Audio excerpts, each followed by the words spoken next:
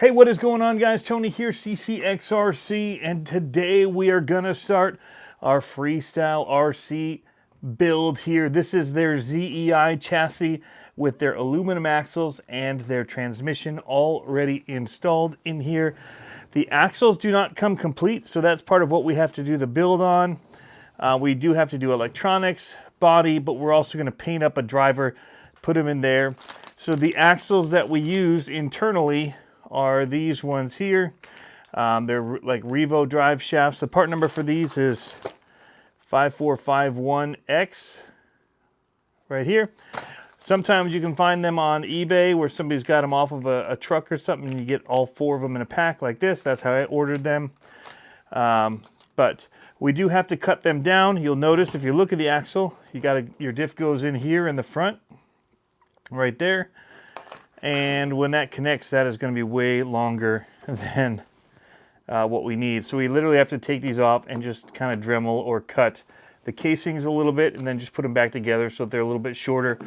But I'll tell you what, I've been running these axles on a bunch of my trucks and I've never had a diff or any breakages with these. Although I did have a center drive shaft go on me, but that is it.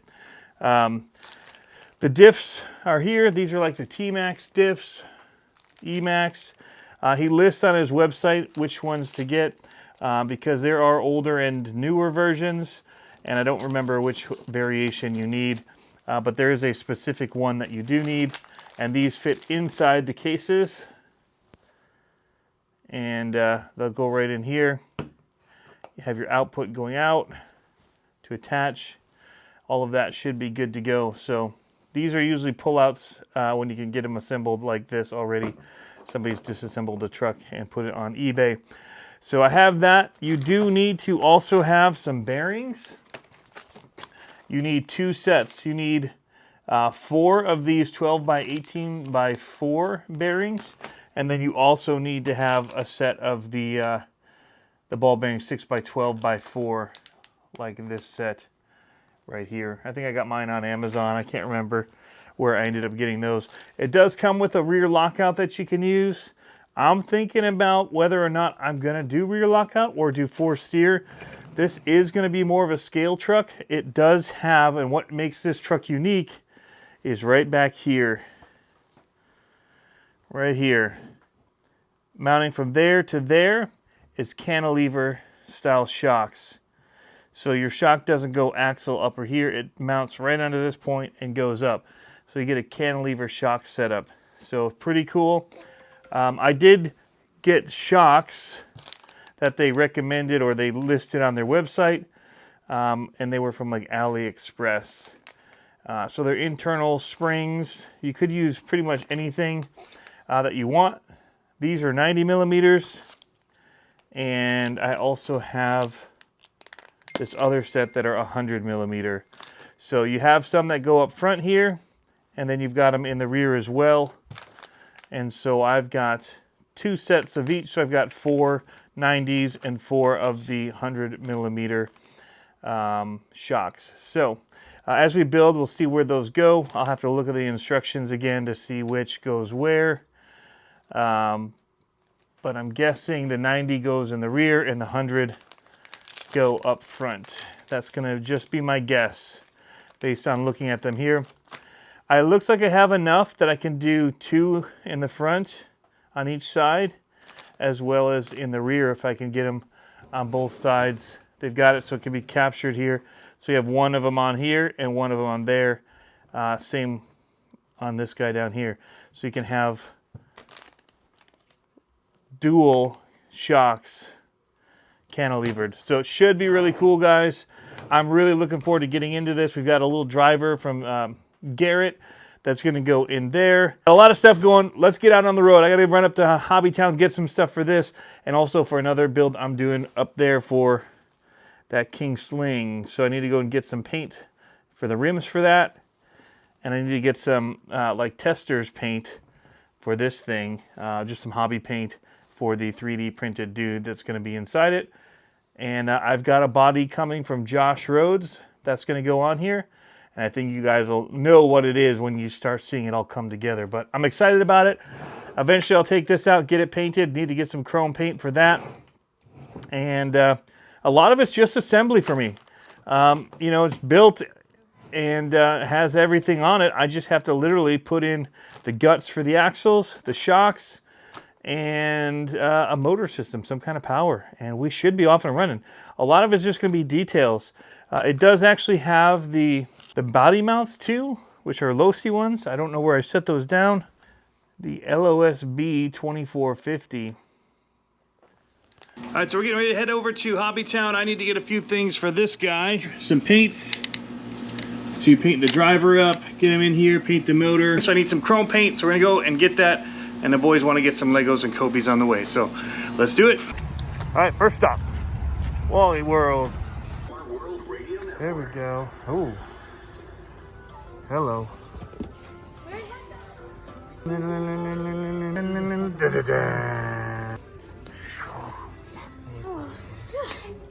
What do you think? That the one? Yep. So ready. It's barely still. Hobbytown. Woo, woo. Dude, there are so many. Goodness. Half track, that one's awesome. Which one? This one, yeah. Get this. Dude, check this one out. Just this one. Get that. So this is like, Oh yeah. this is like that one over there, but it's got a big gun on top of it. That's what you should get, dude. Get. But let's keep He's looking. got it. All right, you gonna keep looking at him? All right, I'm gonna go look at this stuff.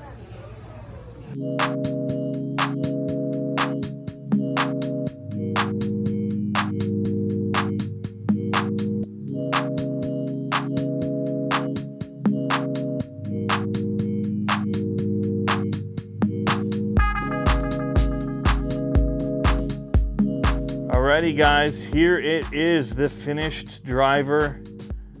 Even did the shoes up, as you can see here. I found a photo online.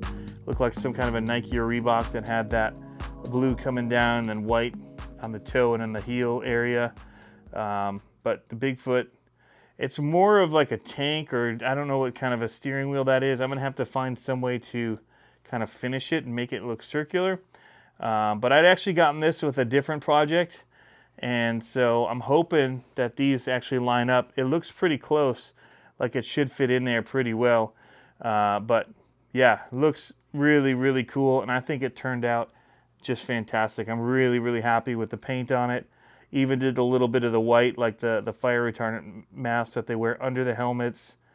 If you see that, you see the skin color, and then there's that little bit of white, or mostly white, and then a little bit of skin color in there. But again, yeah, I'm pretty happy with how it turned out, and I think it's going to look really, really cool when it's in the truck and it's got that Bigfoot body on it. Going to be really, really cool.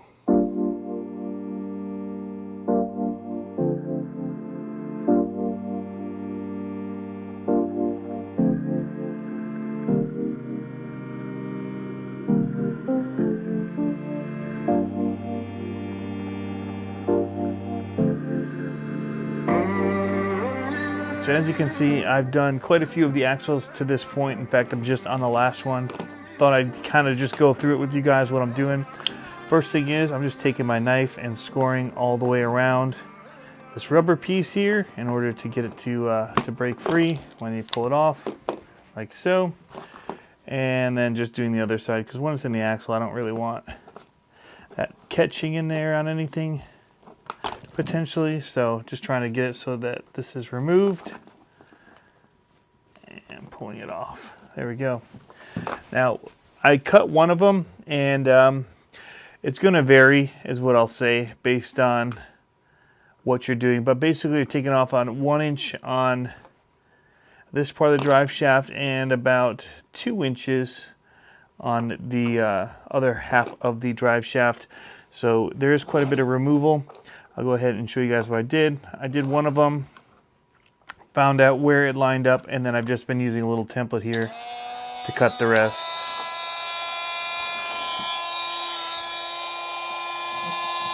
So like this,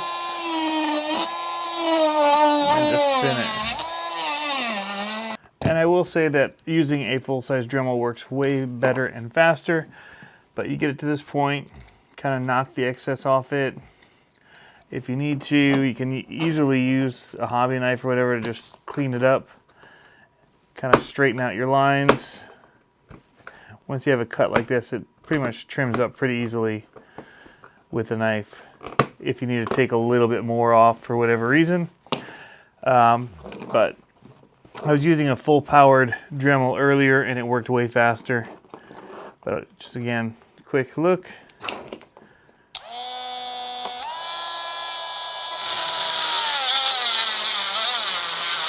I can probably just use my hobby knife to get through the rest of it and call it good.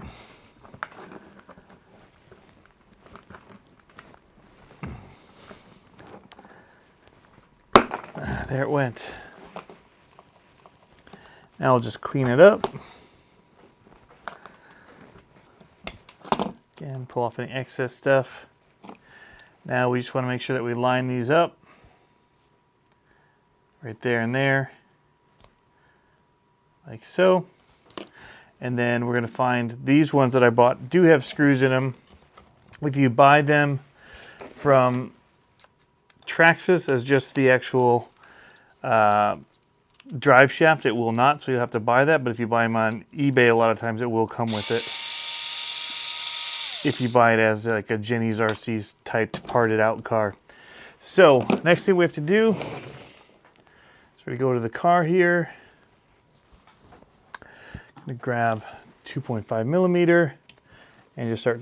We got to remove. I do it one side at a time. That way it all doesn't fall over the place. We're going to remove the knuckle, steering knuckle here. 2 screws.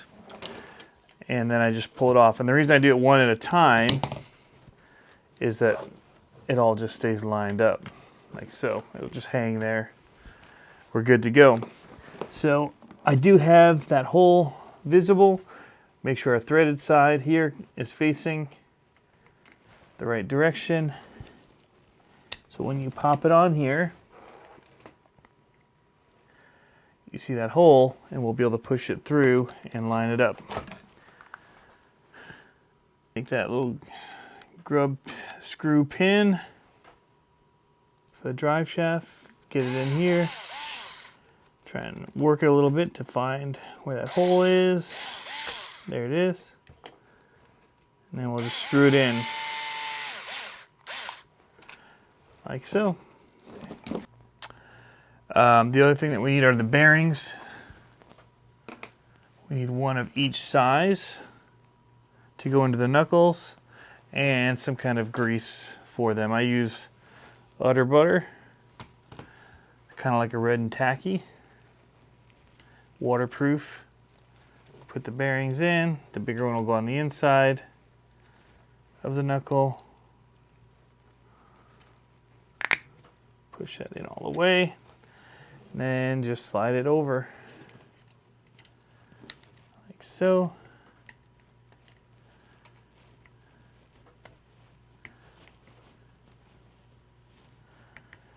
And we're good. So now we'll just put some thread lock on the screws and put them back in place. Very easy to do these axles.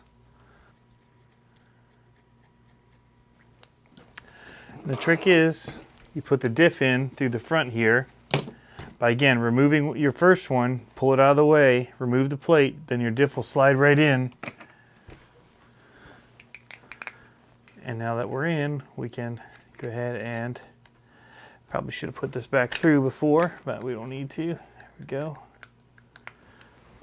All right, guys, so that is a wrap on the first part of the build. The axles are now complete, bearings installed, drive shafts, diffs are in them, and we went ahead and painted our driver. He will get installed in the next video probably. There's some holes in here that look like they should mount up underneath. We'll have to kind of put a little spacer in there to lift him, and then I'm going to figure out what I'm going to do with my ESC and receiver, maybe to the back there. But that would be a long run to get to the battery, so I have to figure out with the driver and with everything where it's all going to mount. But that should be fun to figure out. And when we get in there to look at it all and mount the motor, that's when we'll install the driver. So anyway, guys, thanks for tuning in. As always, have fun RC, and we'll catch you in the next video.